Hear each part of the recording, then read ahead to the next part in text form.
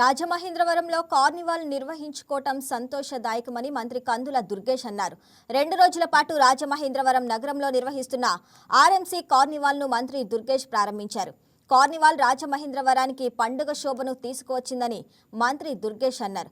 కుటుంబ సమేతంగా ప్రజలందరూ పాల్గొని ఆనందించేలా నగరపాలక సంస్థ ఈ వేడుకలను నిర్వహించడం అభినందనీయమన్నారు.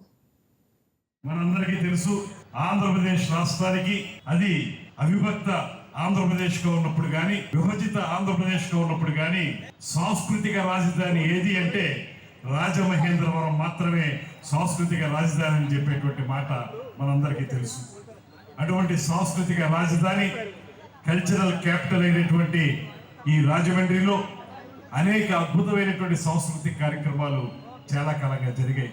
దేశభక్తుడు, స్వాతంత్ర సమర యోధుడు బ్రహ్మజోసుల సుబ్రహ్మణ్యం గారి పేరుతో వెలిసినటువంటి ఈ వీడియో మీకు నచ్చినట్లయితే లైక్ చేయండి, షేర్ చేయండి, మా ఛానల్ కి సబ్స్క్రైబ్ చేయండి.